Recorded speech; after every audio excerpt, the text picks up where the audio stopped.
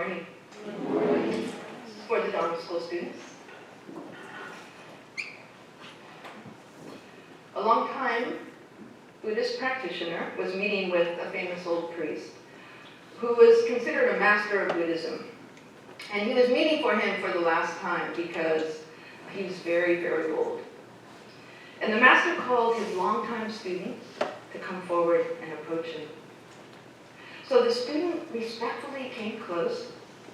He put his hands in gassho and he bowed. He did this thinking that he was going to receive this profound, this amazing teaching, the secret instruction from his dying teacher. So the master leaned in and he whispered his final teaching. Be kind. Be kind.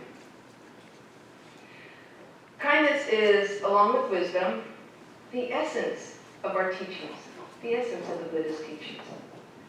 There may be one thing that we long for more than to be treated kindly, and that is to be kind people ourselves. Those Dharma school teachers, whose names we heard read this morning, taught so many students a lot about kindness.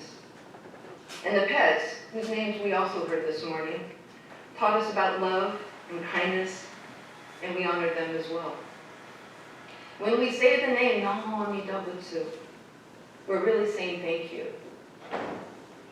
for all the kindness that we've received and continue to receive from an immeasurable amount of beings that have touched our lives. Please join me in gassho. Namo Amida Butsu. Namo Amida Butsu. Namo Amida Butsu. Namo Amida Butsu.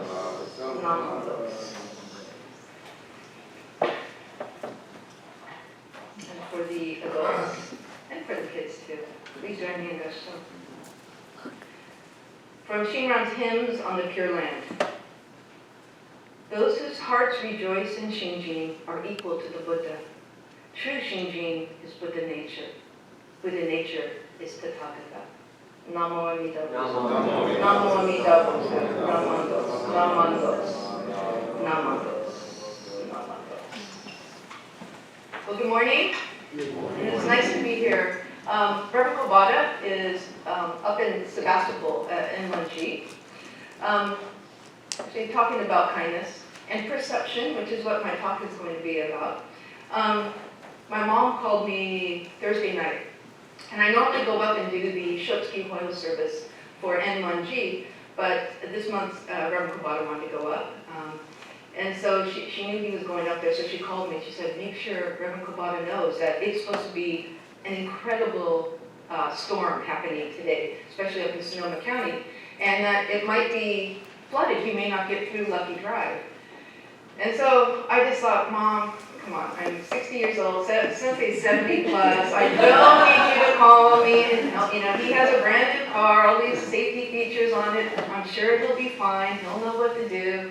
And so I kind of didn't appreciate my mom's kindness. So the next day I come to temple, and I see in the afternoon, I see Reverend Kobata, and I said, hey Sensei, my mom called me last night, she wanted to make sure that you were okay driving up to N1G today.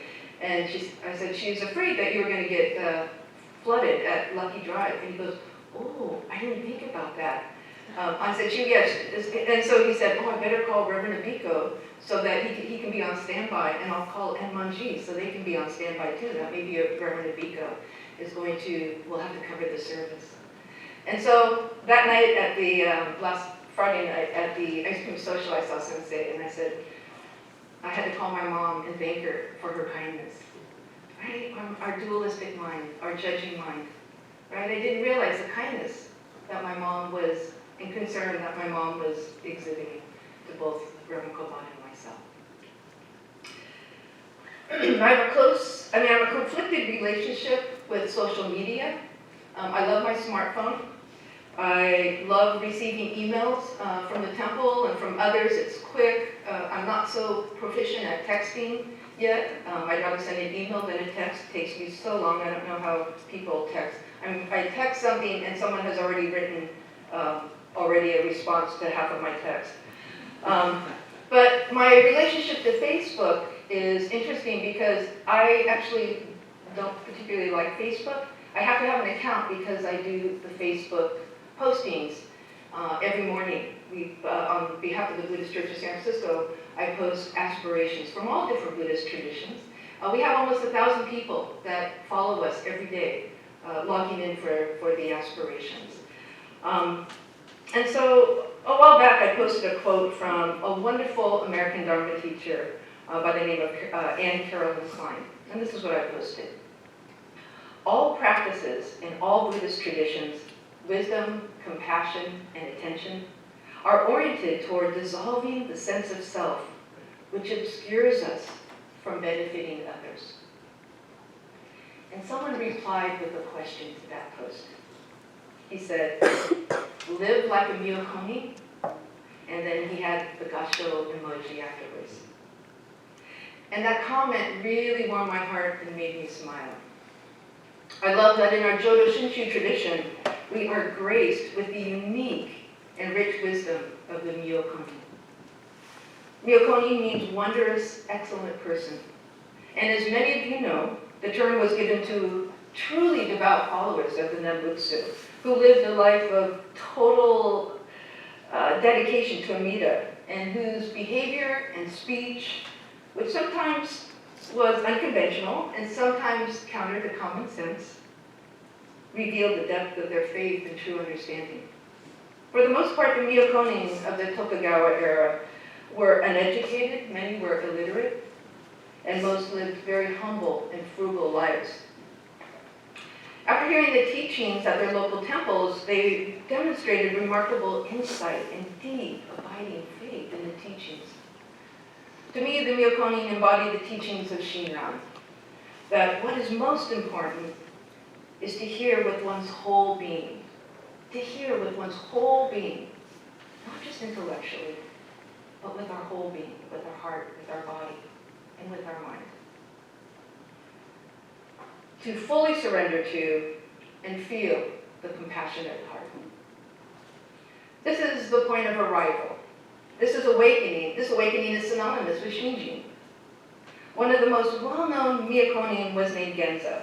He was born in 1852 in the Tottori Prefecture, bordering on the Sea of Japan. And as a youth, he worked alongside his father in the rice fields. When Genza was 18, his father suddenly became ill and died.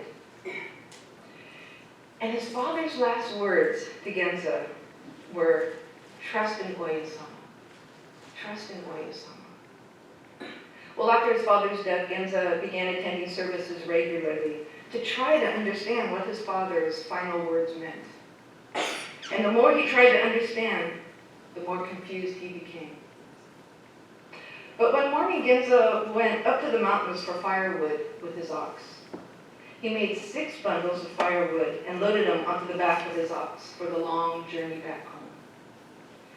It was during this moment when Genza was putting the bundles on the back of the ox. He said, suddenly I was made to realize the Buddha mind. Genza realized that the firewood was the karmic actions of us all, and the ox was great compassion. It was Amida, this great compassion, that helped Genza by carrying the heavy burden of firewood, our karma. From that time on, Genza looked at the ox with deep reverence and with honor, claiming that it was his best teacher. He even built a room in his home for the ox. Another Miyokonin whose stories I loved hearing about was named Osono. Is it Osono or Osono? Osono, thank you. Was Osono. I'm not as good. I'm really impressed with Kelly reading the names. Thank you, Kelly. That was impressive. You did a nice job. Thank you. Osono. Osono, okay. I will get it. Okay, thank you. Osono. So another Miyokonin whose stories I loved hearing about was named Osono. And she was born in 1774 in Mikawa Prefecture. Osono was a physically strong young girl, and so she too worked alongside her father in the fields. When Osono grew into a young woman, she got married. Her first child died at birth, and her second child, the daughter, died at 3 years of age. She died after being bitten by a dog. So after the death of her daughter, Osuno's husband sent her back to live with her family, essentially divorcing her. At this point, she experienced a period of depression, which led her to reflect deeply on her life. At her father's urging, she married a devout Nembutsu follower, and her spiritual life really began to intensify. Once while visiting a friend and fellow Nembutsu practitioner, Osuno noticed the maid preparing a hot pot of broth and placing it on the stove. And into the broth, the maid put some dumplings. Observing this, Osuno said, "From the heat of the stove, the pot, as well as the contents within, will begin to heat slowly. Slowly, the dumplings begin to heat up. Then at the right moment, when the dumplings are nice and soft, the pot is removed from the heat of the stove.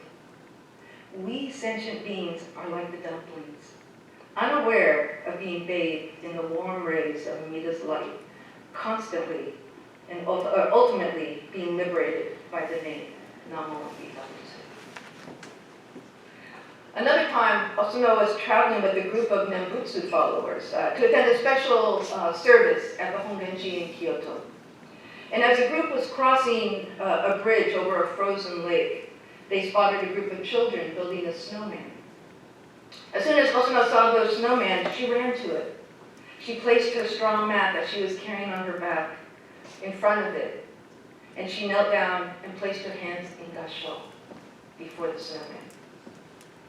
Her group was startled and surprised by what she was doing, and they asked, "Osuno-san, why is the snowman the object of your gratitude?"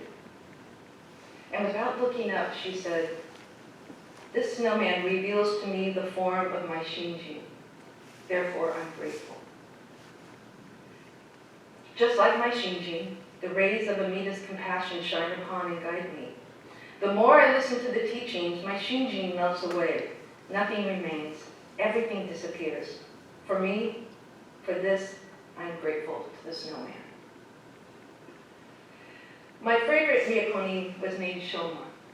He was born in 1798 on the island of Shikoku. Shoma was illiterate, never married, and supported himself by doing odd jobs around town. He was a gardener, a bathroom tender.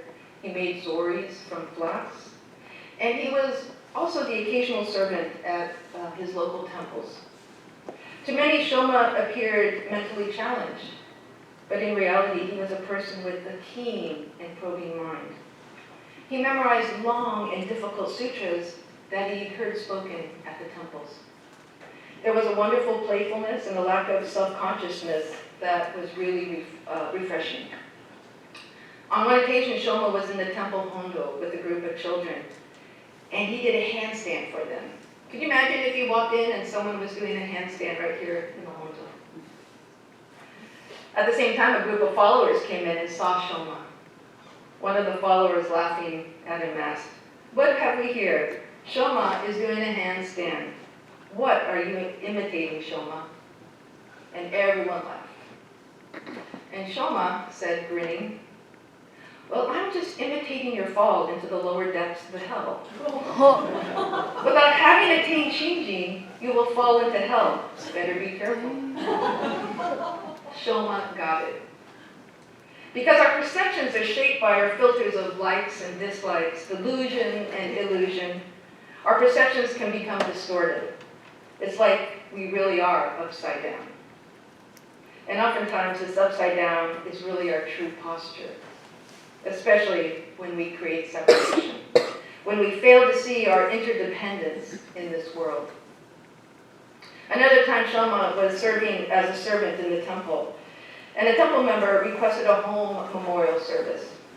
So the temple priest, accompanied by Shoma, who would carry the sacred sutras or scriptures, went to the home through the main entrance.